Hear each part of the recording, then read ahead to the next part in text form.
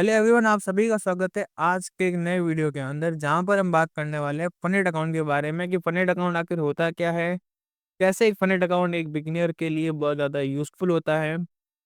तो इसको बोल सकते हो आप एक फनेट अकाउंट मास्टरी कोर्स। फनेट अकाउंट मास्टरी कोर्स, ठीक। यानी इन वीडियो लेक्चर के अंदर जो आगे एक सीरीज बनेगी, ये पार्ट फर्स्ट है उसका। उसके अंदर हम आपको फनेट अकाउंट मिस्ट्री कोर्स, पूरा फनेट अकाउंट के बारे में बताएँगे कि फनेट अकाउंट आखिरकार होता क्या है ना? व्हाट इज़ फनेट अकाउंट? फनेट अकाउंट होता क्या है? फनेट अकाउंट के रूल्स क्या होते हैं? फनेट अकाउंट्स के रूल्स क्या होते हैं? क्योंकि फनेट अकाउंट में बहुत सारे रूल्स होते हैं। अब मैं बताऊँगा कि रूल क्यों होते हैं, ठीक है? शुरुआत है इस वीडियो की, एंड तक देखना बिना स्किप किए, ताकि आपको हर एक पॉइंट समझ में आ जाए, ठीक है? फनेट अकाउंट क्या होता है? फनेट अकाउंट रूल्स क्या होते हैं? फंडेड अकाउंट को बाय कैसे करते हैं? How to buy funded account?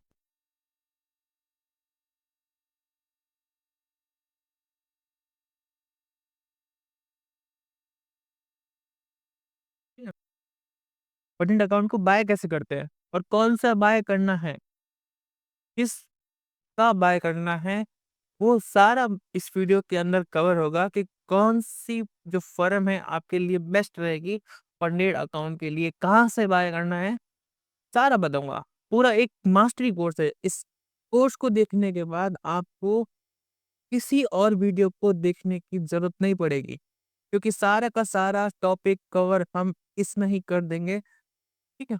उसके बाद हाउ टू पास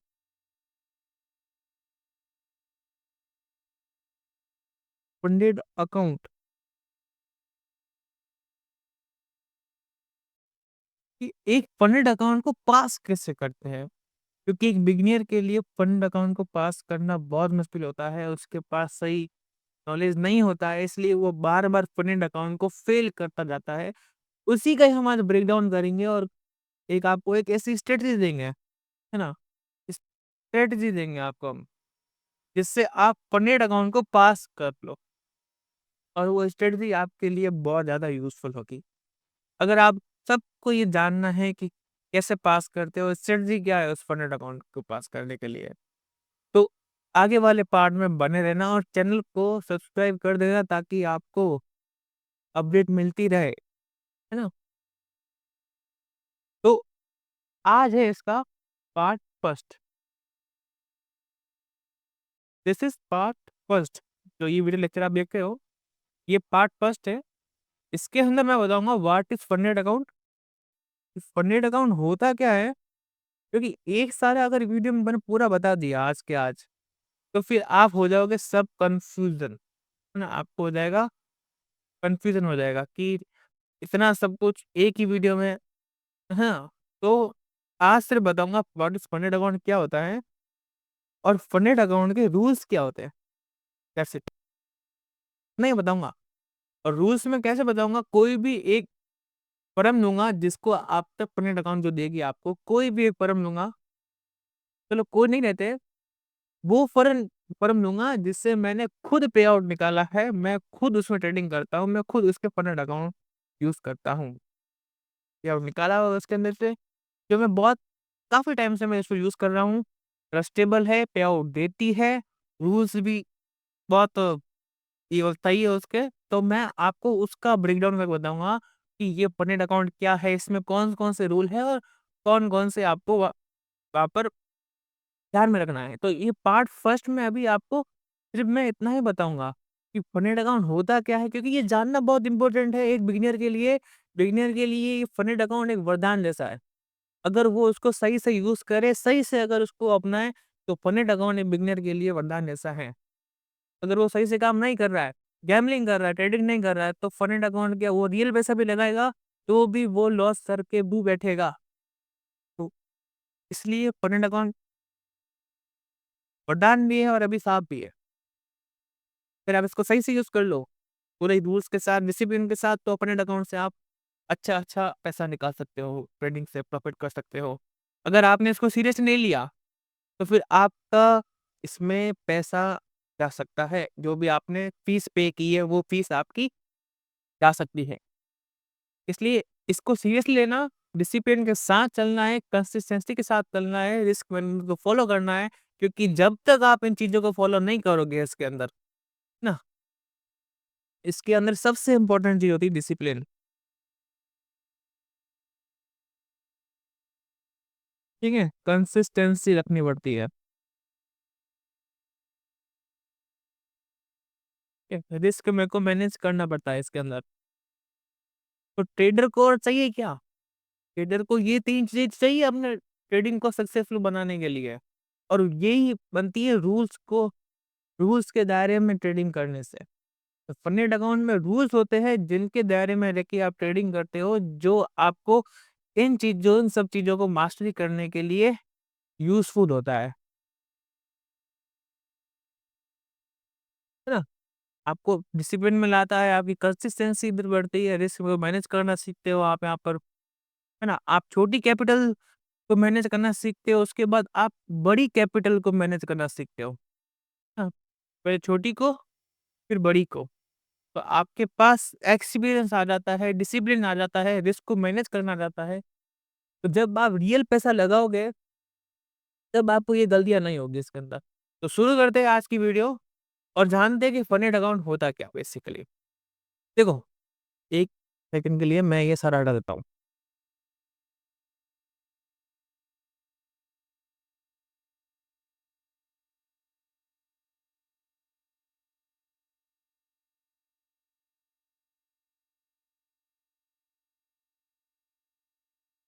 फनेट अकाउंट, ठीक है? पहला जो क्वेश्चन है, व्हाट इज़ फनेट अकाउंट?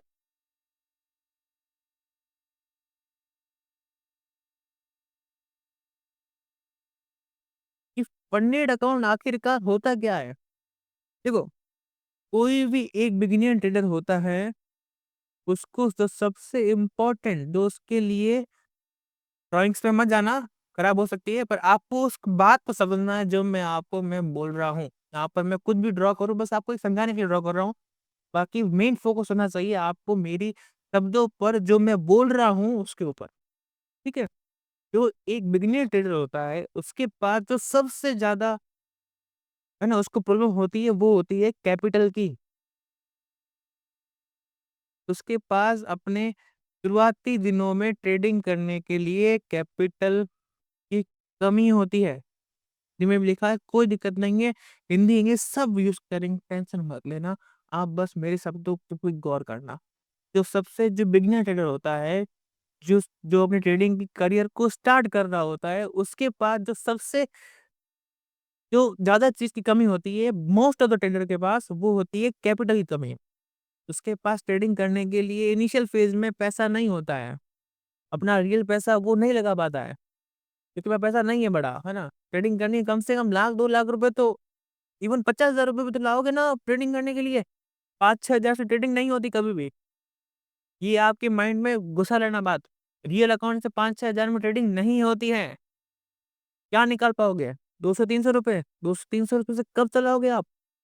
ना, तो कम से कम 50,000 तो कैपिटल इनिशियल होना चाहिए, है ना? शुरुआत में 10-100 डॉलर, फिर 200-300 ऐसे बढ़ाओगे ना, तो सुनो, कैपिटल की कमी होती है एक बिगिनर ट्रेडर के पास।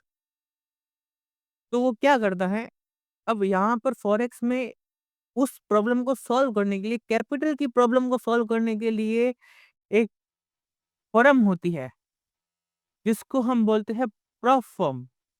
कौन-सी फर्म? प्रॉप फर्म होती है बेसिकली, जो आपको कैपिटल की जो कमी पड़ रही थी आपको, वो आपको कैपिटल प्रोवाइड करती है। फंडेड अकाउंट देती है, फंडिंग देती है प्रॉप फर्म्स। प्रॉप फर्म्स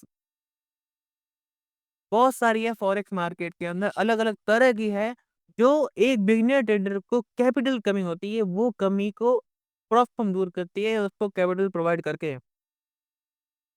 अब वो कैपिटल ऐसे फ्री में तो देगी नहीं, तो वो क्या करती है कि उसके लगती है एक चैलेंज, है ना? आप अगर किसी को भी पैसा दे रहे हो, फॉर एग्जाम्पल प्रॉप फर्म्स या किसी से भी आप पैसा ले रहे हो, तो सामने वाला आपको पैसा क्यों देगा? है ना? आपके पास कोई पोटेंशियल है, ट्रेडिंग करनी आती है, प्रॉफिट कर सकते हो, तभी तो आपको वो पैसा देगा। इसलिए अब ये तो आपको जानता नहीं है, तो प्रॉप फर्म्स क्या करती है, चैलेंज रखवाती है। अब वो चैलेंज हो सकता है फेजेस में होता है ना? वो चैलेंज 1 फेज में भी हो सकता है, वो चैलेंज 2 फेज में भी हो सकता है, वो चैलेंज 3 फेज में भी हो सकता है। आपको क्या करना होता है, उस कैपिटल को लेने के लिए एक चैलेंज करना पड़ता है। उस चैलेंज की पार्टिसिपेट करने के लिए एक फीस होती है। आपको पहले वो फीस देनी पड़ती है, फिर आपको चूज़ करना होता है कि मुझे फर्स्ट फेज का चैलेंज लेना है, 2 फेजेज़ पहले लेना है, 3 फेजेज़ पहले लेना है।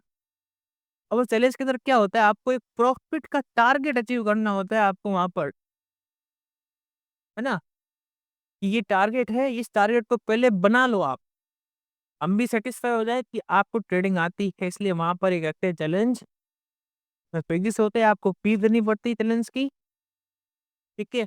उस टारगेट को अचीव कर लिया, उसके बाद मिलता है आपको एक मास्टर अकाउंट। अब उस मास्टर अकाउंट पे आपको ट्रेडिंग करके जो भी आपने प्रॉफिट बनाया है, वो प्रॉफिट आ जाता है आपका।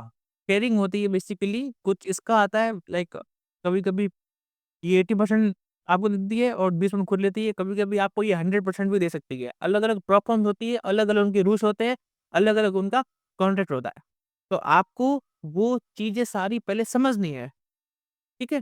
तो आपने चैलेंज बाय किया, उसकी कोई फ़ीस थी, आपने भर दिया, आप सिलेक्ट किया आपको कितने फ़ेजेस में पास करना है, आपके डिपेंड होगा, आपको 1 फ़ेज़ चाहिए तो भी वो दे देगा, 2 फ़े 2 फ़ेज़ में चाहिए तो भी हो जाएगा, 3 फ़ेज़ में चाहिए तो भी मिल जाएगा।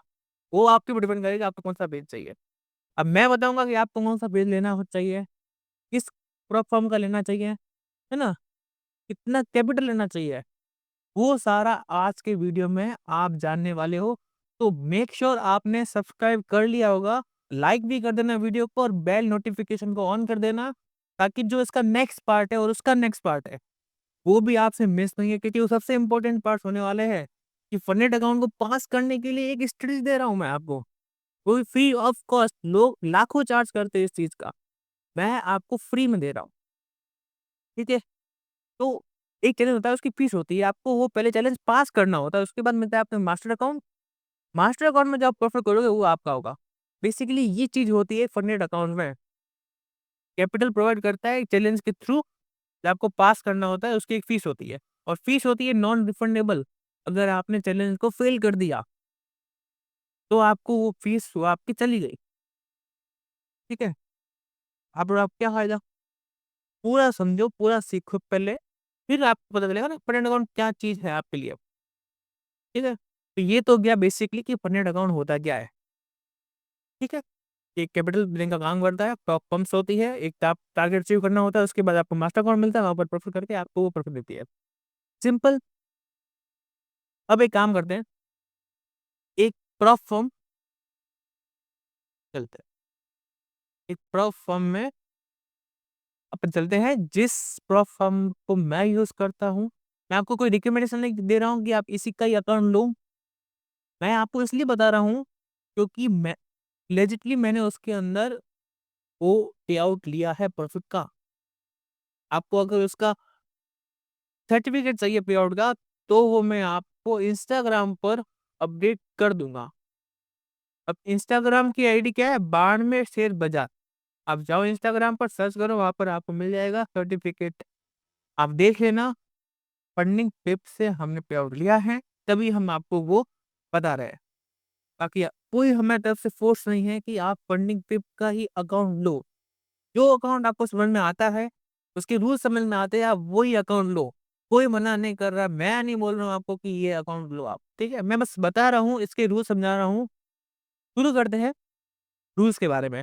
और भी चीज़ें हैं जो साथ में आपको मैं बता दूँगा, ठीक है? मैंने फंडिंग पिप यहाँ पर आपको सर्च करना है क्रोम पर और ये सबसे जो पहली वेबसाइट है कि फंडिंग पिप, इस पे आपको क्लिक करना है, ठीक है? ये भी एक तरह की प्लेटफ़ॉर्म है, जो आपको फंडेड अकाउंट देती है। नाम क्या है पूरा फर्म का? फंडिंग पिप्स, ठीक है? बाकी ये सब आप पढ़ लेना जो नीचे-नीचे का है, जो मेन है वो चीज़ हमारे पास है ये डैशबोर्ड, ना? जो मेन चीज़ हमको काम आने वाली है, वो काम आने वाला है ये डैशबोर्ड और यहाँ पर ये टर्म ऑफ यूजेस। मेन चीज़ हमको ये काम आने वाली है, ओके? शुरू करते हैं। जैसे कि मैंने बताया था, उस चैलेंज को पास करने के लिए फीस होती है और वो फेजेस में होते हैं। अब फेजेस आपको फर्स्ट स्टेप लेना है, सेक 2 स्टेप में लेना है फेजेस या 3 स्टेप में, वो आपके ऊपर डिपेंड करेगा, ठीक है? शुरू करते हैं। सबसे पहले जो आपको ये चीज़ दिख रही है, इसमें आपको दिख रही है फर्स्ट स्टेप, 2 स्टेप, अभी 0 क्या चीज़ है? आपने तो बोला था फर्स्ट स्टेप, सेकंड स्टेप और थर्ड स्टेप। क्या थर्ड स्टेप ही 0 है? नहीं। 0 का मतलब होता है बिना कोई चैलेंज पास किए आपको इंस्टेंट फंडिंग मिलती है। यानी आपने पेरेंट्स की फीस पे की, आपको वहाँ पर अकाउंट मिल गया, ठीक है? ये होता है 0 स्टेप बिना कोई फंडिंग के। अब इसका क्या एडवांटेज या डिसएडवांटेज है ना? कुछ तो होगा ना एडवांटेज या डिसएडवांटेज, तभी तो ये यहाँ पर है। तो 0 जो जब आप इंस्टेंट फंड लेते हो वहाँ पर जो रूल्स होते हैं, वो बहुत ज़्यादा हार्ड होते हैं, बहुत ज़्यादा हार्ड होते हैं, स्ट्रिक्ट रूल होते हैं। तो वो स्ट्रिक्ट रूल को एक बिगिनियर ट्रेडर पास नहीं कर पाता है और फेल हो जाता है। इसलिए अगर आप बिगिनियर हो तो पहले ही इंस्टेंट फंडिंग आपको नहीं लेनी चाहिए, क्योंकि उसमें रूल्स बहुत ज़्यादा स्ट्रिक्ट है। अभी हम साथ में बात करेंगे स्टॉक फर्म के फंडिंग अकाउंट के एडवांटेज की और इसका डिसएडवांटेज की। दोनों के बारे में हम जानेंगे इसके बारे में, ठीक है? तो बताता जाऊँगा और उसके एडवांटेज भी इस वीडियो में साथ में बताऊँगा। अलग से नहीं बताऊँगा क्योंकि फिर आपका जो वीडियो बहुत लंबा बढ़ जाएगा। इसलिए रूल्स के साथ ही मैं आपको वो चीज़ें बता दूँगा, ठीक है? तो फंडेड अकाउंट का जो पहला एडवांटेज ये है कि वो आपको एक मिनिमल से अमाउंट के बदले एक अच्छी फंडिंग प्रोवाइड करता है। आपको घर से पूरा कैपिटल लगाने की ज़रूरत नहीं है। पूरा पैसा बर्बाद करने की ज़रूरत नहीं है। आप इधर आओ फंडिंग पे का आपको यहाँ पर 5,000 से लेकर 1 लाख यानी 5 लाख अगर इंडियन रुपीस में अगर आप राउंड फिगर में बात करें तो 5 लाख से लेकर 1 करोड़ तक की फंडिंग आपको प्रॉ फर्म प्रोवाइड करती है। जो कोई-कोई प्रॉ फर्म होती है जो आपको 3 करोड़ तक की फंडिंग प्रोवाइड करती है, हाईएस्ट। इससे ऊपर कोई भी फंडिंग प्रोवाइड नहीं करता है। करता होगा लेकिन मुझे इससे ऊपर तो मैंने आज तक कभी देखा नहीं है 3 लाख डॉलर से ऊपर। ओके, शुरू करते हैं। आपको ये फंडिंग पे रखना है, ये उसका मेन अकाउंट है। जैसे ही बोला था वो पेज होते हैं। अब पेज कौन-सा सिलेक्ट करना है? तो एज़ अ बिगिनियर आपको 2 स्टेप वाला अकाउंट ही करना है चूज़। क्यों? क्या रीज़न है इसका? क्योंकि इसके अंदर जो रूल्स है ना वो बहुत ही नॉर्मल है, ज कोई ज़्यादा हार्ड रूल नहीं है। एक नॉर्मल ट्रेडर जो बिगिनियर है, जो भी सीख रहा है, वो इस रूल को अपना सकता है, लाइक उनको हैंडल कर सकता है। ज़ीरो अकाउंट में, फर्स्ट अकाउंट में बहुत हार्ड रूल्स है। तो आप अगर बिगिनियर हो तो 2 स्टेप से शुरू करो और फंडिंग भी आपको यहाँ पर 5 के की ही लेनी है। इससे बड़ा अकाउंट बिगिनिंग फेज़ में नहीं लेना है। ओके? तो ये तो होगा डिसएडवांटेज और एडवांटेज क्या था इसका? कि रूल बहुत स्ट्रिक्ट है। अब दूसरा इसका एडवांटेज क्या है कि एक जो ट्रेडर होता है ना, जो एक ट्रेडर होता है, उसके लिए ट्रेडिंग में जो इम्पोर्टेंट होता है, वो तो होता है पहला होता है डिसिप्लिन।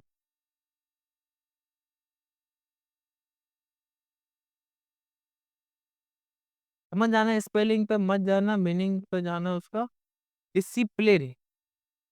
दूसरा होता है उसका रिस्क मैनेजमेंट। पेशेंसली वेट करना होता है उसको हर ट्रेड में, डिसिप्लिन आना पड़ता है, रूल्स बाउंड होना पड़ता है, तब जाके वो ट्रेडर एक डिसिप्लिन ट्रेडर के साथ एक प्रॉफिटेबल ट्रेडर भी बनता है। प्रॉफिट ऐसा नहीं होता है, गैम्बलिंग करके कभी प्रॉफिट नहीं होता है। आज हो जाएगा, कल सारा उड़ जाएगा गैम्बलिंग में, है ना? लॉस खुद और करोगे ज़्यादा इसलिए। गैम्बलिंग नहीं करनी है, ट्रेडिंग में आना है तो डिसिप्लिन के साथ चलना है, आरएम के साथ चलना है, रिस्क को मैनेज करना है। अब ये चीज़ करने के लिए आपको एक रूल्स के दायरे में आपको आना पड़ेगा और प्रॉब्लम्स में वो आपको ईज़ी हो जाता है कि यहाँ सब रूल्स है। एक रूल ब्रीच किया नहीं, आपका अकाउंट उड़ गया, तो अब उसके डर से आप नहीं रूल को ब्रेक करोगे। आप डिसिप्लिन डिसिप्लिन चलोगे, मुझे दिन का 1% का लॉस लेना है, तो 1% का ही लेना है। 10% का लूँगा तो मेरा अकाउंट हो जाएगा ब्रीच। यानी जो बैलेंस की फीस दी थी वो फीस चली गई। ठीक है? ये एडवांटेज और एडवांटेज एड एडवांटेज और ये डिसएडवांटेज था। ठीक है? और ना और क्या है? और ये है कि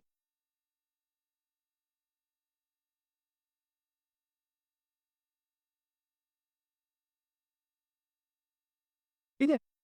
तो 2 स्टेप का लेना है क्योंकि रूल्स कम होंगे, है ना? बहुत ज़्यादा स्ट्रिक्ट रूल नहीं होंगे, नॉर्मल रूल्स होंगे। 0 में जाओगे तो बहुत ज़्यादा स्ट्रिक्ट रूल होंगे। इसलिए एज़ अ बिगिनर आपको 2 स्टेप में ही बाय करना है और सबसे छोटी कैपिटल से शुरुआत करनी है, फिर 10,000 लाना है, फिर 25 लाना है, 50 फिर 1 लाख।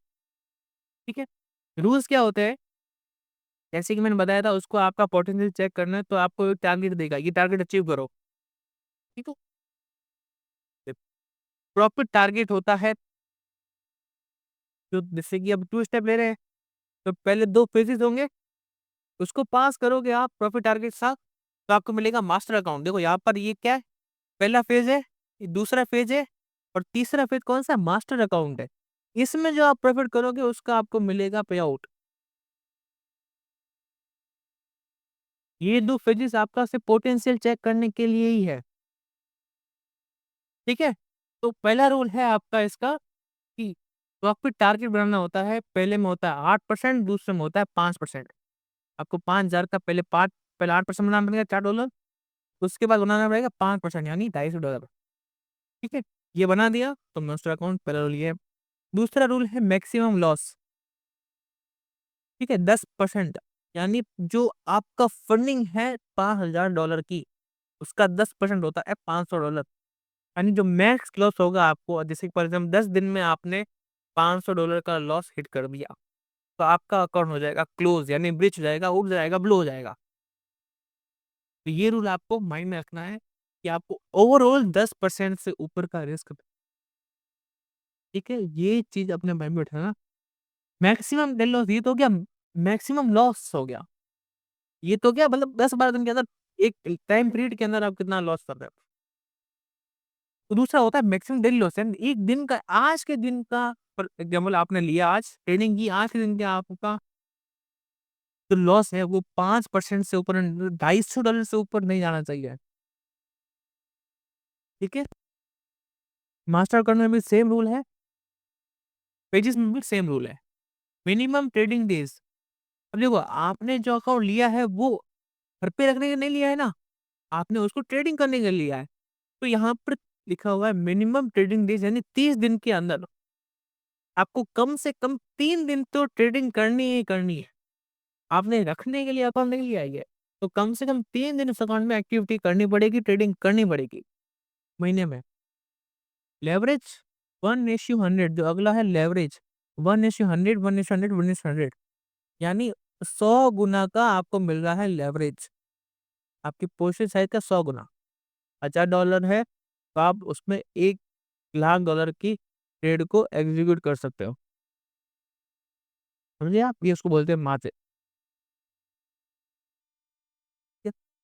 अब देखो, आपका सवाल आएगा क्या 3 दिन ही हमको 1 महीने के अंदर 3 दिन, तो क्या हम 30 दिन के अंदर ये अकाउंट एक्टिव होता है उसके बाद डीएक्टिव हो जाता है? तो ये नहीं होता है। फंडेड अकाउंट को आप ज़ीरो की बात नहीं कर रहा हूँ, ज़ीरो में लिमिट होगी 30 दिन के अंदर आपको रूल्स करने पड़ते हैं कवर, नहीं किए तो फिर हो जाएगा ब्रीच। लेकिन 2 स्टेप, 1 स्टेप वाले अकाउंट्स में स्टेप वाले अकाउंट में आपके पास कोई लिमिट नहीं है, आपको महीने के अंदर अकाउंट पास करना है, तो आपकी मर्ज़ी है 10 दिन के अंदर अकाउंट करना है तो आपकी वो डिपेंड आपके ऊपर। आपको 3 महीने का अगर अकाउंट पास करना है, तो वो आपके डिपेंड है। आपको 6 महीने का अगर पास करना है अकाउंट तो भी आप पे डिपेंड है, कि आप ट्रेडर कैसे हो। तो अकाउंट कितने टाइप का पास है वो डिपेंड नहीं करता, पर महीने के अंदर कम से कम 3 ट्रेड आपको 3 दिन आपको ट्रेड करनी ही पड़ेगी, अकाउंट में एक्टिव रहने के लिए। ओके? तो ये था आपका $5,000 का अकाउंट जिसकी प्राइसिंग है $36।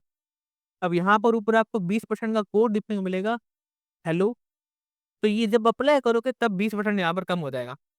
तो आप 2300-2400 के आस-पास आपको $5000 की फंडिंग मिल रही है। 50,000 तक का लॉस करने को मिल रहा है।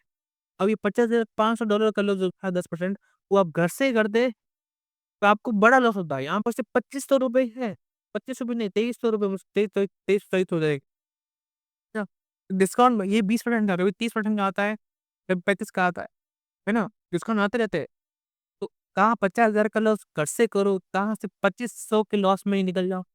बहुत बड़ी बात होती है। इसलिए मैं बोलता हूँ कि एक जो बिगिनर ट्रेडर होता है, वो गलतियाँ करता है। बिगिनर ट्रेडर अपने इनिशियल फेज़ में जब वो ट्रेडिंग सीख रहा होता है, वो बहुत ज़्यादा मिस्टेक करता है।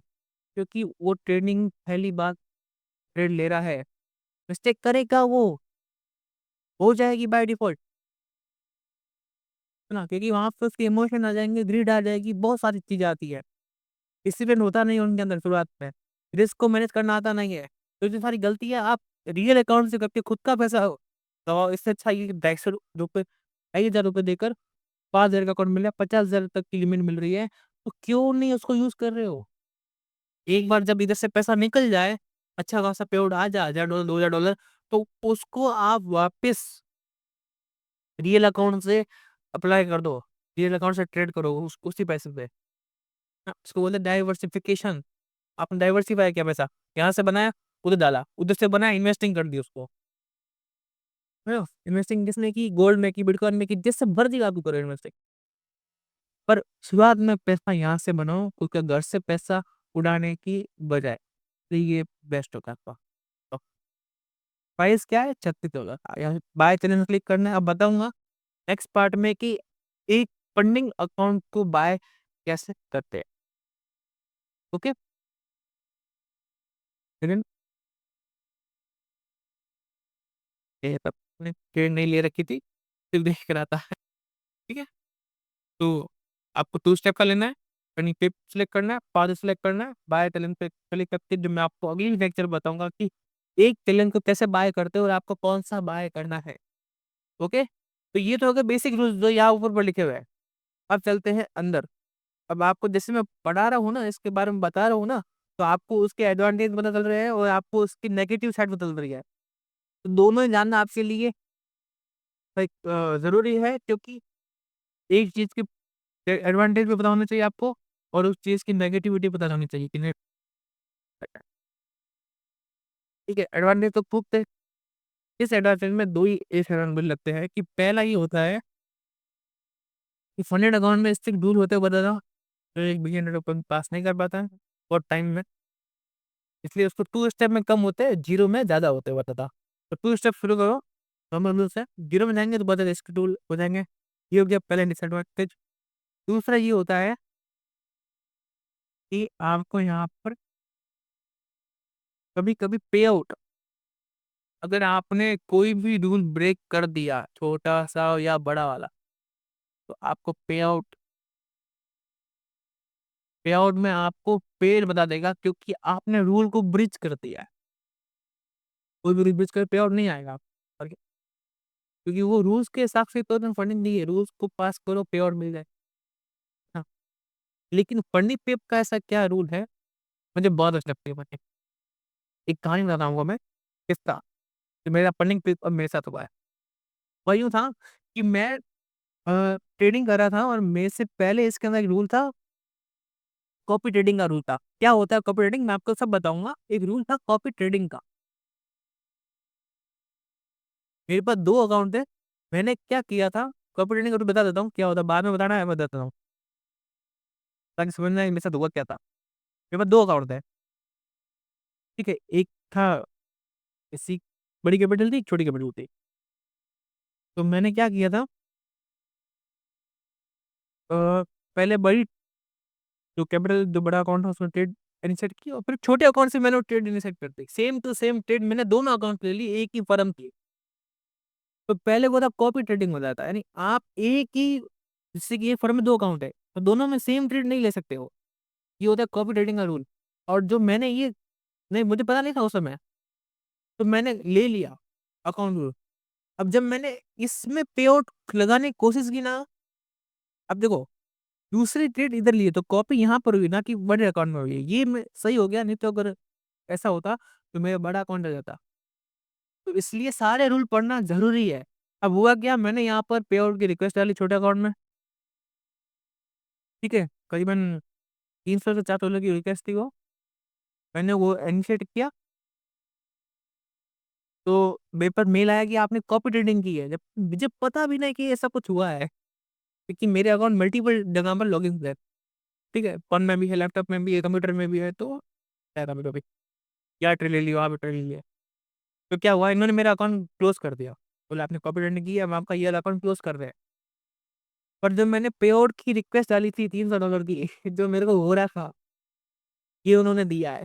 तो मुझे सबसे अच्छी बात इसमें ये लगी कि मेरा अकाउंट ब्रीच होने पर भी उन्होंने जो पे आउट उसके अंदर से जो मैंने प्रॉफ़िट बनाया, वो मेरे को उन्होंने दिया। इसलिए मैं इसका इतना ट्रस्ट करता हूँ। मैंने पे आउट बहुत लिए हुए हैं, ये इंसिडेंट हुआ तो उन्होंने मुझे फिर भी पे आउट दिया। अब आपकी मर्ज़ी है, मैं आपको पोस्ट नहीं करना अभी बता रहा हूँ, इसका अकाउंट लो, नहीं लो, मुझे फ़र्क नहीं पड़ता, मुझे कमीशन मिल रही है एक्टिविटी पुल पे। मैं आपको सिर्फ़ अपना स्टोरी बता रहा हूँ।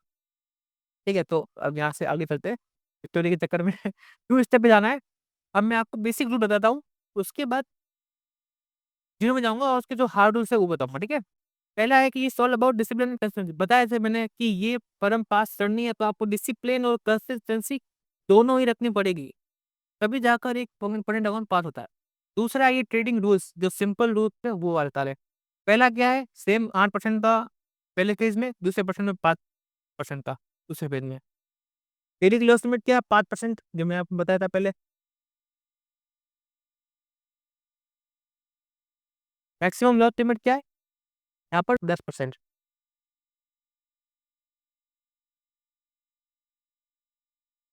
ड्यूरिंग जो न्यूज़ ट्रेडिंग है, जो होती है फॉरेक्स अकाउंट में न्यूज़ ट्रेडिंग होती है, ओवर द वीकेंड ट्रेडिंग होती है। यानी शनिवार को होल्ड कर सकते हो, शनि रविवार को आप वीकेंड में। तो बहुत फर्म में किसी में लिखा हुआ है, you are allowed to hold. जो पेजेस वाले अकाउंट में आप ट्रेड को होल्ड कर सकते हो न्यूज़ के दौरान भी और ओवर द वीकेंड भी। लेकिन जो मास्टर अकाउंट मिलेगा आपको, जो पास करने के बाद अकाउंट मिलेगा, जो जिसमें आप प्रॉफिट आप कमाओगे, उसके अंदर यहाँ नीचे लिखा हुआ है, उसके अंदर ये लिखा हुआ है देखो, न्यूज़ ट्रेडिंग तो आपको करनी ही नहीं है। जो न्यूज़ ट्रेडिंग है, वो आपको नहीं करनी है as a beginner. News trading आपको नहीं करनी है। क्योंकि न्यूज़ ट्रेडिंग में मार्केट सडनली स्पाइक देता है और स्पाइक में आपका अकाउंट ब्रीच हो सकता है क्योंकि लिमिट आपके पास बहुत कम है। तो चाहे रियल पैसा हो, चाहे फंडेड अकाउंट हो, कुछ भी हो, आपको न्यूज़ से दूर रहना होता है क्योंकि आप एक बिगिनर ट्रेडर हो, ट्रेडिंग सीख रहे हो। कभी भी आपने न्यूज़ को नहीं देखा है, एक बार न्यूज़ को देखना, ट्रेड मत लेना न्यूज़ में, गिनेगा भी नहीं, अकाउंट ब्रीच और कर देगा। इसलिए न्यूज़ में ट्रेड मत लेना, ठीक है? और नीचे देखते हैं कि अब देखो इसमें बहुत सारे ये वाला जो पार्ट है मैं आपको समझा देता हूँ, बहुत सिंपल है। एक होती है टिक स्कैल्पिंग,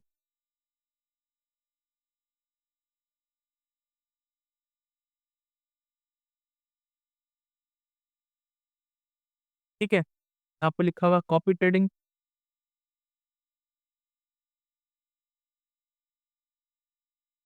और गैप ट्रेडिंग हुआ, हैचिंग,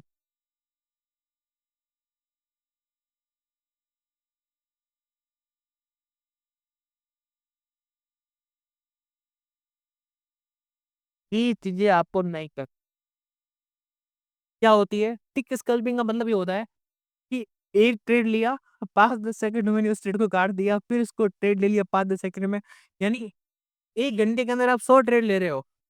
या बहुत ही कम समय में आप बार-बार ट्रेड लेते जा रहे हो, काटते जा रहे हो, लेते टिक स्कैल्पिंग, स्कैल्पिंग का मतलब क्या होता है? 1 दिन का टाइम फ्रेम बोला, इस कैंडल पे भी ट्रेड ली, उस कैंडल पे भी ट्रेड ली। ये चीज़ आपको नहीं करनी है, ये चीज़ किया तो आपका अकाउंट उड़ गया। फिर यहाँ पे लिखा हुआ गैप गैप ट्रेडिंग, यानी जो ओवर द वीकेंड मार्केट में जो गैप बनते हैं, देखो फॉरेक्स मार्केट में यूजुअली गैप्स नहीं बनते हैं, नॉर्मल डेज़ में, अगर आप मंडे से लेके फ्राइडे तक। और फ्राइडे के बाद जब मार्केट ओपन होता है मंडे को, तब वहाँ पर आपको एक गैप देखने को मिलता है। अगर आपने उसको प्रेडिक्ट करके ट्रेडिंग की है, तो वहाँ पर वो आपका अकाउंट हो जाएगा ब्रिच, हाई फ्रीक्वेंसी ट्रेडिंग दूसरा, यानी एचएफटी बोलते हैं इसको। यानी वही सेम टिप टिक सेल बार बार बार बार बार, लाइक एक बोर्ड होता है ना एल्गो, जैसे बार बार ट्रेन लेता है बोर्ड का लेता है, आप मैनुअल ट्रेड करो, क्योंकि इसमें है डिसिप्लिन बनाना ना, जैसे पूरा काम डिसिप्लिन के ऊपर ही है। तो डिसिप्लिन ट्रेडर इतनी ट्रेड नहीं होता है, वो यूजुअली क्वालिटी ट्रेड लेता है ना, कि क्वांटिटी ट्रेड। सर्वर स्पैमिंग यानी वही लेटेंसी, आप ये सब सेम है।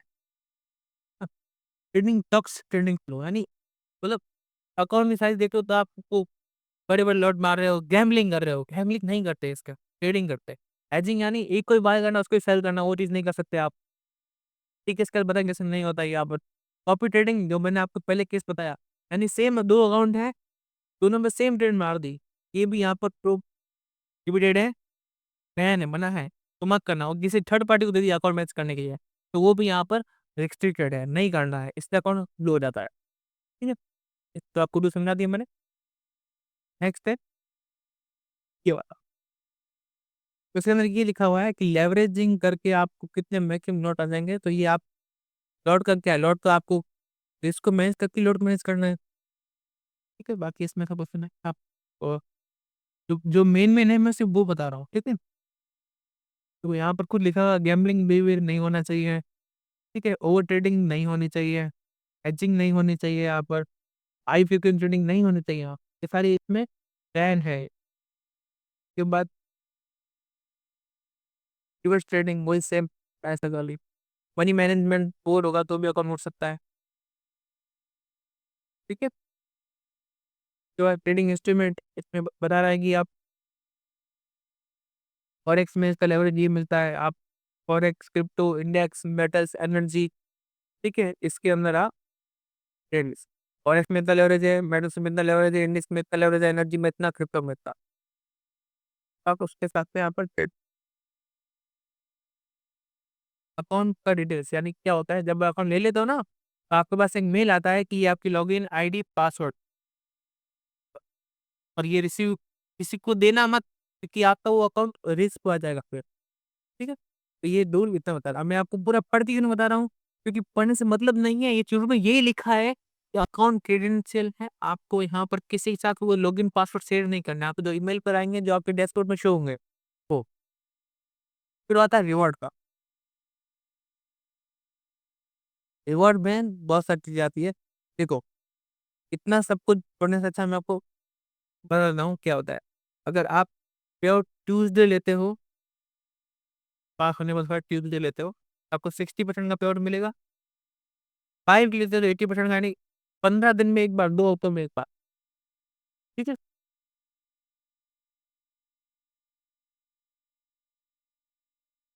और अगर आप पे-आउट यहाँ पर मंथली लेते हो, कहाँ गया ये? मंथली लेते हो तो आपको 100% रिवॉर्ड मिलता है। उसके बाद ऑन डिमांड पे-आउट में कब मिलता है, उसकी भी यहाँ पर एक डिमांड होती है कि आपको, इसको बोलते हैं हॉट सीट। नीचे यहाँ पे लिखा हुआ है हॉट सीट। हॉट सीट का मतलब ये होता है आपने बहुत बार इस फर्म से अवार्ड ले चुके हो आप मल्टीपल टाइम्स, 12-13 बार, तब मिलती है आपको हॉट सीट। हॉट सीट में क्या होता है? ऑन डिमांड पे आउट होता है। जब भी आप बोलोगे आपको 100% आपको यहाँ पे आउट होगा। उसके लिए हॉट सीट में आने के लिए आपको एक अच्छा टारगेट हिट करना होता है। बहुत बार देना पड़ता है पे आउट, उसके बाद 12वें फेरे में मिलता है ये। तो ये तो बात की बात है। अभी आपको ये ध्यान है ना, 5 ले लिया तो 80%, मंथ लिया तो 100%, और हफ्ते में लिया तो 60% मिलता है। ठीक है? इसमें देखो,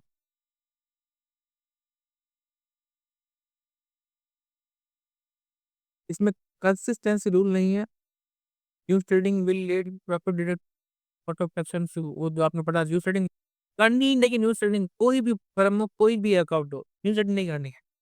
ठीक है? न्यूज़ ट्रेडिंग की तो न्यूज़ ट्रेडिंग बहुत हो जाते रूल्स, अब रूल्स आप ब्रीच कर पाओगे, इसलिए कर पाओगे, आप कर लोगे, तो न्यूज़ ट्रेडिंग करा। तो न्यूज़ ट्रेडिंग कोई भी अकाउंट में नहीं करनी, ठीक है? उसके बाद यूनिवर्स में भी पता होगा कंसिस्टेंसी स्कोर क्या है, जो ये कंसिस्टेंसी स्कोर नाम की चीज़ है, ये क्या है? अभी बताऊँगा, रुको पहले एक बार समझ लो एक बार ये पूरा, ठीक है? मंथली में कंसिस्टेंसी ऑन डिमांड में होता है। ऑन डिमांड आपको बहुत टाइम लगेगा, जब लो तब एक बार ये सेक्शन पढ़ लेना। और कंसिस्टेंसी रूल क्या है मैं बता रहा, सबसे इम्पोर्टेंट रूल है कंसिस्टेंसी का रूल। एक बार ये चीज़ पढ़ लेना, जब आप हॉट शीट में जाना चाहो तो। अभी बिगनर ट्रेडर के लिए हॉट शीट पहले पास तो हो जाए अकाउंट, उसके बाद ये नॉर्मल यूज़ में हो जाए।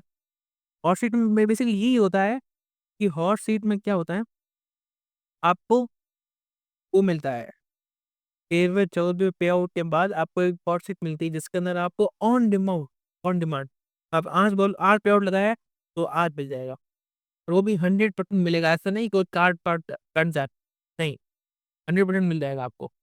ठीक, ये तो क्या रूल्स फिलिंग अप। तो आप देखो,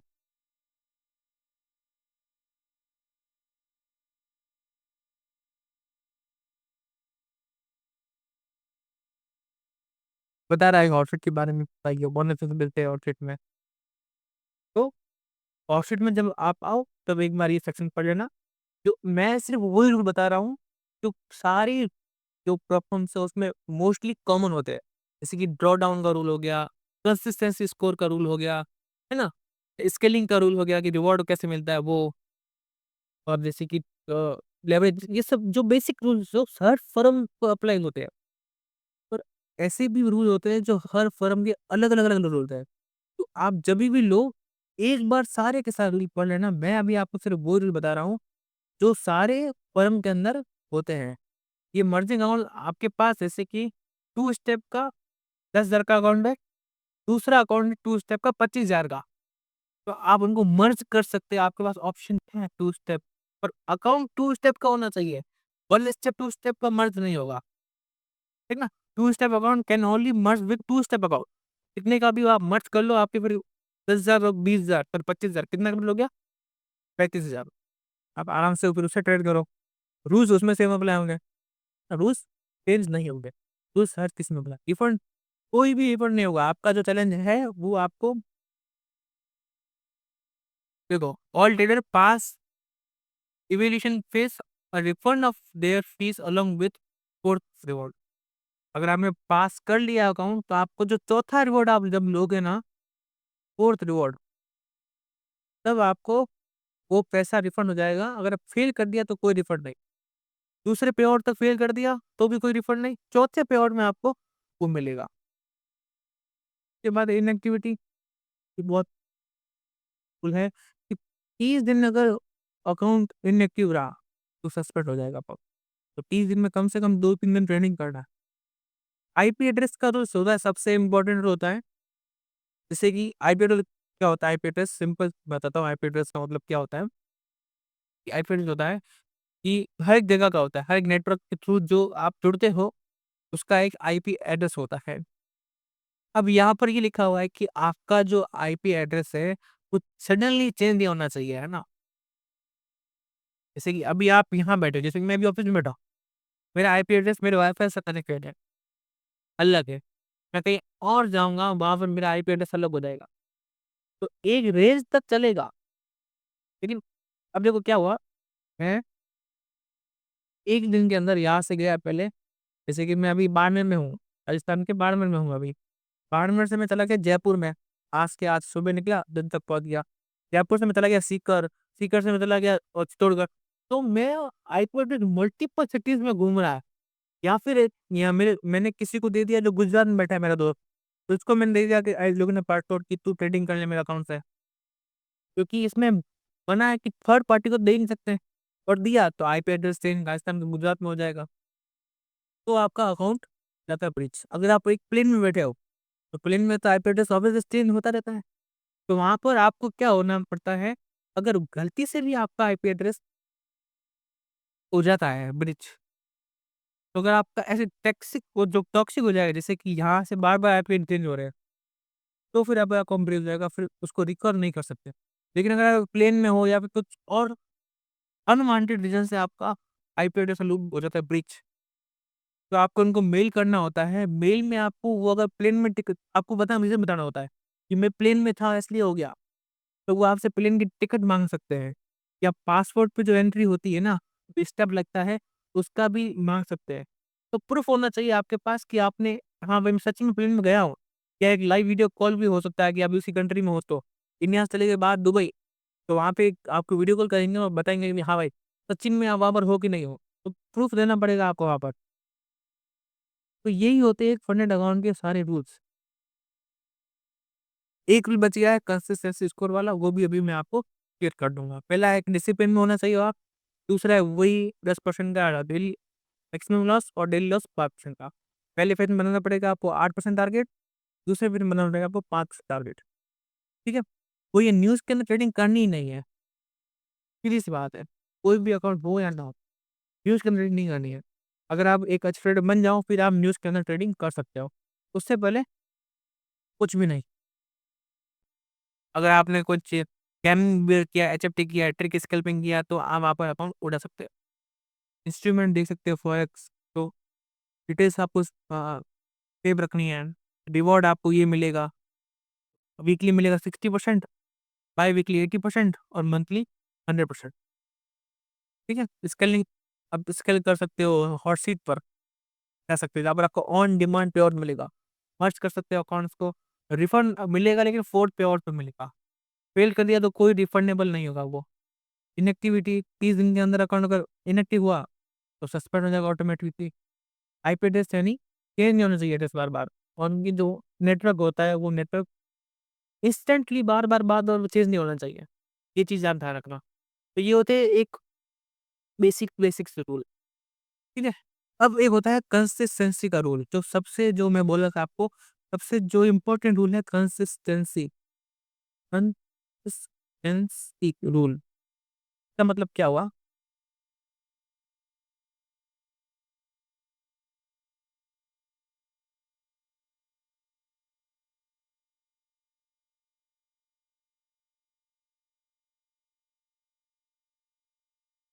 मतलब क्या होता है कंसिस्टेंसी का? देखिए आपने जो भी प्रॉफिट बनाया है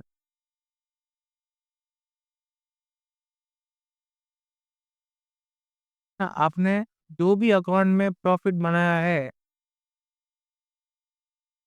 जैसे फॉर एग्जांपल आपने पहले दिन बनाया $100, दूसरे दिन बनाया $200, तीसरे दिन 150, फिर 170, फिर 90। आपने 5 दिन ट्रेडिंग किया और इतना। तो अब आपका जो ओवरऑल प्रॉफिट आया है, हाँ, समझना ये बहुत इंपॉर्टेंट रूल है। जो ओवरऑल प्रॉफिट आपका यहाँ पर आया है आपका 710, $710 आपका, आपने 5 दिन ट्रेडिंग करके $710 आपने यहाँ पर प्रॉफिट किया है। अब बहुत सारी फर्म्स में क्या होता है कंसिस्टेंसी रूल का मतलब ये होता है, जैसे कि मैं आपको एक एग्जांपल दे रहा हूँ, आपको पूरा पढ़ना है कि उस फर्म का कंसिस्टेंसी रूल अलग है, इसका अलग होता है, क्योंकि हर एक प्रो फर्म का रूल्स अलग-अलग होते हैं। वो उनके ऊपर डिपेंड नहीं, वो कोई भी रूल बना सकते हैं। आपको एक अच्छा रूल सिलेक्ट करना है, और कंसिस्टेंसी का बेसिकली ये रूल होता है कि आपका जो प्रॉफिट है, ओवरऑल प्रॉफिट कितनी भी ट्रेड आपने की है, उन ट्रेड में से जो सबसे मैक्सिमम जो प्रॉफिट होता है, जैसे कि इन पास्ट ट्रेड में मैक्सिमम प्रॉफिट है $200। अब ये जो प्रॉफिट है, आपके ओवरऑल प्रॉफिट का 15% से कम होना चाहिए। बेसिकली ये रूल होता है। 15% यहाँ पर मैं एक एग्जांपल ले रहा हूँ। अब यहाँ पर 20% भी हो सकता है किसी फर्म में 10% या किसी फर्म में 20% भी हो सकता है। वो डिपेंड करेगा उस फर्म के रूल्स के ऊपर। हाँ, फॉर एग्जांपल अब अभी जो कंसिस्टेंसी का रूल है, वो है, लिखा आ जाएगा आपके पास। यहाँ पे लिखा आएगा कंसिस्टेंसी रूल 15% ऐसे पीछे, यानी 15% ओवरऑल जो प्रॉफिट हुआ है, सारे प्रॉफिट में से जो हाईएस्ट प्रॉफिट है वो ओवरऑल प्रॉफिट का 15% से कम होना चाहिए। यानी $710 का 15% होता है $106, ठीक है? यानी कंसिस्टेंसी रूल का मतलब 15% लिखा हुआ है, यानी जो आपकी जो ओवरऑल प्रॉफिट है, यानी अब यहाँ पर आपको कितना प्रॉफिट हुआ $710 का, तो उसका 15% निकालोगे $106, यानी आपका जो हाईएस्ट प्रॉफिट है वो इससे कम होना चाहिए। पता है, तो यहाँ पर लिखा हुआ भी है इस फर्म के अंदर, देखिए ये जल्द जीरो अकाउंट में है ना, जो जीरो अकाउंट के रूल सबसे स्ट्रिक्ट होते हैं। तो इसमें आपको मिलेगा यहाँ पर नीचे गिरा, देखिए बोला मैंने आपको क्या लिखा हुआ, 15% consistency score, you need to meet the 15% consistency score on the master account. अब ये फर्स्ट स्टेप और सेकंड स्टेप के अंदर एलिजिबल नहीं होगा, ये सिर्फ आपके मास्टर अकाउंट के अंदर ही एलिजिबल होगा। जीरो के मास्टर अकाउंट के अंदर जो इंस्टेंट फंडिंग आप जब लोगे, इसलिए बोल रहा हूँ इंस्टेंट फंडिंग के अंदर रूल बहुत सारे होते हैं, बहुत हार्ड होते हैं, स्ट्रिक्ट होते हैं, जो एक बिगिनर ट्रेडर कभी भी वो उसको पास नहीं कर पाएगा। उसको पहले उसको पास करने के लिए बहुत बार ट्रेडिंग करनी पड़ेगी, अपना एक्सपीरियंस बिल्ड करना पड़ेगा, डिसिप्लिन में आना पड़ेगा, रिस्क को मैनेज करना पड़ेगा, तब जा करके वो इन रूल्स को अगर हैंडल कर सकता है। इसलिए आपको एज़ अ बिगिनर आपको 2 स्टेप का अकाउंट ही लेना चाहिए और सबसे छोटी फंडिंग से स्टार्ट करो, फिर धीरे-धीरे बड़ी फंडिंग लो, ठीक है? 15% कंस स्कोर क्या है? You can continue trading until the meet, मतलब जब तक ये 15% का स्कोर आप अचीव नहीं करोगे, तब तक आपको ट्रेडिंग करनी पड़ेगी। अगर 15% का स्कोर हो गया, तो आप वहाँ पर पे आउट ले सकते हो। इसका मतलब क्या हुआ? द बिगेस्ट विनिंग डे, बताया ना मैंने आपको कि उसमें क्या था, $200 आपका सबसे बिगेस्ट विनिंग डे था। Can not exceed 15% of profit, यानी पूरे प्रॉफिट का वो 15% से ज़्यादा नहीं होना चाहिए बिगेस्ट विनिंग डे आपका। तो ये आपको रूल ध्यान रखना है, इसलिए मैं बोलता हूँ आपको कि जीरो अकाउंट नहीं लेना है। एक और रूल है जीरो अकाउंट का इंस्टेंट फंडिंग का, वो है मिनिमम 1% रिस्क मैनेज रिस्क, यानी जो भी आपकी ओपन पोजीशन है, जैसे कि आपने 2 ट्रेड लिए हैं, तो वो होगी आपकी ओपन पोजीशन, जो आपकी ट्रेड कंटिन्यू में चल रही है, रनिंग है ट्रेड, वो होती है आपकी ओपन पोजीशन। वो जो ओपन पोजीशन है, उसका जो टोटल लॉस है, वो पूरे अकाउंट साइज़ का 1% से ज़्यादा नहीं होना चाहिए। यानी $5000 का होता है 1%, $50, यानी जो भी आपने ट्रेड ले रखी है, वो $50 से ज़्यादा नहीं जानी चाहिए, है ना? जो आपका लॉस है, वो $50 से ज़्यादा नहीं जाना चाहिए। तो एक रूल ये हो गया, ठीक है? उसका साथ minimum trading profitable days. First step, 2 step में क्या था? सिर्फ मिनिमम ट्रेडिंग डेज़ था। आपको कम से कम 30 दिन के अंदर 3 दिन तो ट्रेडिंग करनी है, एक्टिव रहना 3 दिन। लेकिन अब यहाँ पर क्या है, 7 इंस्टेंट फंडिंग में थोड़े रूल स्ट्रिक्ट है, इसलिए बता रहा हूँ। का मिनिमम प्रॉफिटेबल डेज़ हैं, you must achieve at least 7 minimum profitable days, यानी 30 दिन के अंदर आपको 7 दिन मिनिमम प्रॉफिटेबल डेज़ क्लोज़ करने हैं। अब ऐसे नहीं कि $1 में क्लोज़ कर दिया, उसका भी अब यहाँ पर लिखा हुआ है, the first 30 day period begins on the day of your first trade, यानी वो 30 दिन का पीरियड कब चलेगा? जब आप ऐसे अकाउंट भले आज ले लिया हो, पर ट्रेडिंग आपने शुरू की है 5 दिन के बाद, तो ये सारे रूल अप्लाई होंगे उस 5वें दिन से, जैसे आप ट्रेडिंग शुरू कर रहे हो। A minimum profitable day is only counted, देखा, लिखा हुआ है, जो प्रॉफिटेबल डे काउंट कब होगा? जब आपके दिन का प्रॉफिट एटलीस्ट 0.25%, यानी कितना हो गया? 50 का 25, 12, $12.5 के अगर आप ले रहे हो 5000 का, तो $12.5 के ऊपर क्लोज़ होना चाहिए। ऐसा नहीं कि आपने $1 कर दिया प्रॉफिट, तो आपका ये गिना जाएगा। कम से कम अकाउंट साइज़ का 0.25% ऑफ द अकाउंट बैलेंस उसका होना चाहिए क्लोज़, तभी आपका ये रूल मीट होगा। ठीक तो ये 3 रूल होते हैं जो एक इंस्टेंट फंडिंग वाले अकाउंट को हार्ड बनाते हैं। ठीक है? और बाकी रूल सेम है, लॉस लिमिट लिखी हुई है कि 3% का डेली लॉस है, 5% का ट्रेलिंग लॉस लिमिट है, वीकेंड होल्डिंग तो देखो, और ट्रेडिंग होल्डिंग अलाउड है, यू आर नॉट अलाउड, इसके अंदर अलाउड नहीं है। पर आपको ट्रेडिंग न्यूज़ के अंदर एज़ अ बिगिनर नहीं करनी है। इसमें अलाउड हो या ना हो, आपको ट्रेडिंग न्यूज़ के अंदर अभी नहीं करनी है। कोई सेम गैम्बलिंग नहीं करनी है, टिक स्कैल्पिंग नहीं कर सकते, ओवर ट्रेडिंग नहीं इससे होनी चाहिए, रिस्क को मैनेज करना है। ठीक है? ट्रेडिंग इंस्ट्रूमेंट सेम होंगे, अकाउंट बाकी सब सेम होगा यहाँ पर। मतलब आपको जब रिवॉर्ड मिलेगा ना यहाँ पर, आई वीकली मिलेगा और 95% मिलेगा। उसके लिए आपको 15% का कंसिस्टेंसी स्कोर और 7 दिन प्रॉफिटेबल 30 दिन में आपको करना पड़ेगा। या लिमिट है आपको 30 दिन के अंदर, अगर ये नहीं किया ना, तो आपका अकाउंट हो जाएगा ब्रिज। उसके अंदर ऐसा कुछ नहीं है।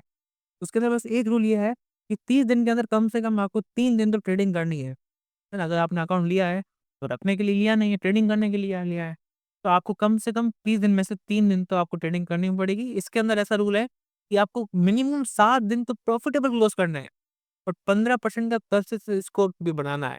यानी ओवरऑल प्रॉफिट का जो बिगेस्ट विनिंग डे है, उसका ओवरऑल प्रॉफिट का वो 15% ज़्यादा नहीं होना चाहिए। ठीक है? और 3% सेफ्टी कोवेशन, यानी इसमें लिखा हुआ है कि first 3 profit 3% profit generated on the master account can not be requested as a reward. यानी आपको $5,000 का 3% तो पहले बनाकर सेव रखना पड़ेगा। उसके बाद वाला प्रॉफिट आप ले सकते हो रिवॉर्ड में। तो ये भी एक हार्ड रूल है कि पहले 3% तो आपको सेव करना पड़ेगा। आपने बनाया है 4% है, 3% तो ये आपको सेव कर देगा। आपको सिर्फ रिवॉर्ड मिलेगा 1% का। तो ये रूल बहुत ज़्यादा हार्ड है। Biggest loss can not exceed biggest win, यानी जो आपका सबसे बड़ा लॉस होगा और सबसे बड़ा प्रॉफिट होगा, तो प्रॉफिट सबसे बड़ा होना चाहिए। लॉस अगर सबसे बड़ा हो गया, प्रॉफिट्स तो आपने बहुत सारे प्रॉफिट लॉस किए, एक लॉस कर दिया आपने $200 का, और सबसे जो बिगेस्ट प्रॉफिट है आपका वो है $150 का। तो लॉस आपका प्रॉफिट से बड़ा नहीं होना चाहिए। हाँ, biggest loss can not exceed the biggest winning. तो सबसे जो बड़ी विनिंग है, तो लॉस होगा वो सब छोटा ही होगा, उससे बड़ा हो गया तो अकाउंट ब्रिज। तो यहाँ पर इतने स्ट्रिक्ट रूल है, तो इसलिए इंस्टेंट फंडिंग अगर आप ट्रेड करके एक अच्छा ट्रेडर बन गए हो तो इंस्टेंट फंडिंग अकाउंट लो। नहीं तो स्टार्टिंग आपको 2 स्टेप से करनी है, उसके बाद 5K से करनी है, उसके बाद 10K, 25K, 50K, 100 के, धीरे धीरे स्टेप बाय स्टेप। ठीक है? उसके बाद इसमें ऑन डिमांड रिवॉर्ड्स, तो वो तो हर में होता है। अगर एक बार हॉट सीट मिल जाती है ना? हॉट सीट का मतलब ये होता है आपने मल्टीपल टाइम फॉर्म में पे आउट ले रखा है, आपने रिवॉर्ड अच्छे अच्छे उसको कर सके, तो आपने हो जाते हो आप हॉट सीट के लिए एलिजिबल। इसके बाद आपको ऑन डिमांड पे आउट मिलता है, जब आप चाहो 100% के साथ। कोई भी स्प्लिट नहीं करेगा, वो 100% आपको दे देगा। तो ये सारे देखो, इतने सारे आपके पास इतने स्ट्रिक्ट रूल हैं, तो आप इंस्टेंट अकाउंट बहुत ज़्यादा हार्ड होता है, इसलिए 2 स्टेप्स शुरू करो। बाकी सारे रूल नीचे वाले सेम ही है, मर्जिंग कर सकते हो, स्केलिंग अप जो ऑप्शन होती है वो, रिफंड। देखो इसके अंदर कोई भी फीस रिफंड नहीं है फॉरेन अकाउंट का, सॉरी इंस्टेंट अकाउंट के अंदर। आप भले 4th पे आउट ले लो, भले 10th पे आउट ले लो, फीस नॉन रिफंडेबल ही रहेगी। इनएक्टिविटी का भी सेम है, अगर कोई 30 दिन के अंदर कोई एक्टिविटी नहीं हुई तो अकाउंट वैसे भी होना ही है ब्रिज। और वो रूल भी पास नहीं किए 30 दिन के अंदर, तो भी आपका अकाउंट ब्रिज हो जाएगा। आपने कोई भी रूल 15% कंसिस्टेंसी का रूल स्कोर उसको छोड़कर, क्योंकि वो रिवॉर्ड के ऊपर है। रिवॉर्ड मैच करेगा तो ही अगर वो मैच किया तो ही रिवॉर्ड मिलेगा। अगर शुरू कैसे, जैसे कि आपने 1% ज्यादा रूल ले लिया है ना, लॉस ले लिया, अगर आपने ओपन पोजिशन में, तो आपका अकाउंट हो जाएगा ब्रिज। आपने मिनिमम 7 दिन प्रॉफिटेबल डेज क्लोज नहीं किए तो भी आपका अकाउंट हो जाएगा वो खत्म, मतलब ब्रिज हो जाएगा, ये हो जाएगा। आईपी एड्रेस का भी सेम बताया था मैंने आपको पहले कि आपका जो लोकेशन है वो बार-बार चेंज नहीं होना चाहिए। आईपी एड्रेस जो होता है, नेटवर्क के थ्रू जुड़ते हो आप, उसका होता है आईपी एड्रेस, लोकेशन बार-बार चेंज नहीं होना चाहिए। तो ये थे एक बेसिक से रूल्स और एक हार्ड रूल्स। तो आपको 2 स्टेप बनाना चाहिए जहाँ पर आपको कम रूल देखने को मिलेंगे और एक अच्छी ट्रेडिंग हो पाएगी। क्योंकि आपके पास लॉस की लिमिट 10% तक है। वहाँ पर आपको लॉस की लिमिट 4-5% तक ही मिलती है ज़ीरो अकाउंट इंस्टेंट फंडिंग में। तो आप एक ट्रेडिंग बिगिनियर हो ट्रेडिंग में, तो आपको 2 स्टेप अकाउंट लो, 5 एक मनी शुरू करो, आपको नॉर्मल देखने को मिलेंगे अकाउंट में। देखो, जो प्रोफ फर्म होती है ना, वो जो फॉरेक्स मार्केट में बहुत सारी प्रोफ फर्म्स है। तो आप किसी का भी फंडेड अकाउंट ले रहे हो ना, तो उससे पहले उसके जितने भी सारे रूल्स है, क्योंकि जैसे मैंने बताया अलग-अलग प्रोफ फर्म्स के अलग-अलग रूल होते हैं, है ना? नॉर्मल रूल सबके सेम होते हैं, है ना? मैक्सिमम लॉस वाला रूल सेम होगा सबका, कंसिस्टेंसी को सबकी सेम होंगी रूल, न्यू सेटिंग का रूल बहुत सेम होगा। लेकिन कभी-कभी जो फर्म्स होती है वो अलग रूल डाल देती है।